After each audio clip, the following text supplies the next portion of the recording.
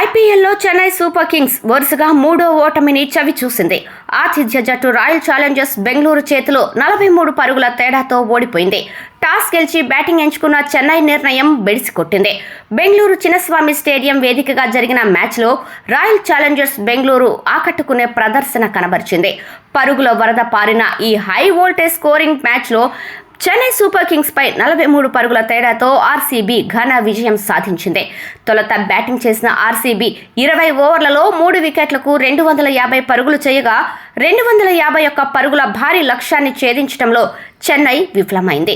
భారీ లక్ష్య ఛేదనలో చెన్నై సూపర్ కింగ్స్ గట్టిగానే పోరాడింది.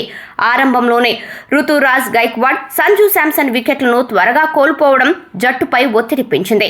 లక్ష్యం మరీ పెద్దది కావడంతో చెన్నై 19.4 ఓవర్లలో 207 పరుగులకు ఆలౌట్ అయింది. చెన్నై బౌలర్లు చిన్నస్వామి పిచ్ పై తీవ్రంగా ఇబ్బందులు పడ్డారు. అంశుల్ కాంబోజ్, నూర్ అహ్మద్ భారీగా పరుగులు సమర్పించుకోగా శివం దుబే ఒక వికెట్ పడగొట్టాడు.